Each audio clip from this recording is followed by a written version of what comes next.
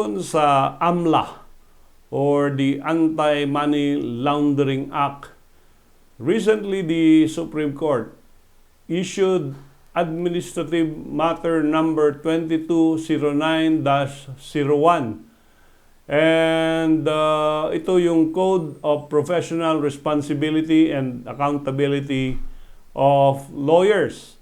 And ito, nagkaroon ng provision where lawyers must comply with the AMLA law, yung Anti-Money Laundering Act, na dapat lawyers should report covered and suspicious transactions under AMLA, no? And it affects the client-lawyer relationship. Di ba? Meron tayong confidentiality ng mga transaksyon nyo with your lawyer.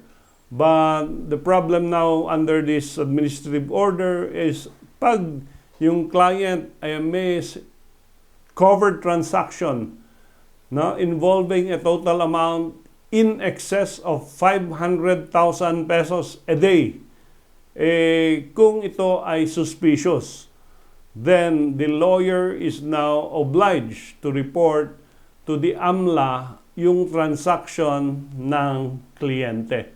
So medyo mahirap na usapin ito because like I said, merong question on privilege relationships between the lawyer and the client, no?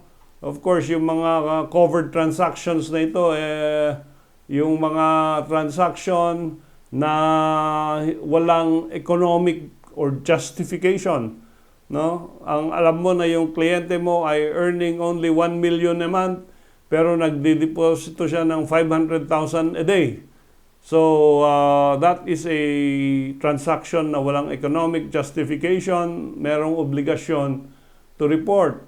Yung client is not properly identified, yung financial capacity nga ng kliyente, it does not match yung mga amounts being deposited, at many others na enumerated under this new law. Dilema ngayon ng ating mga abogado because of the privileged communication, whether or not to report these transactions doon sa AMLA.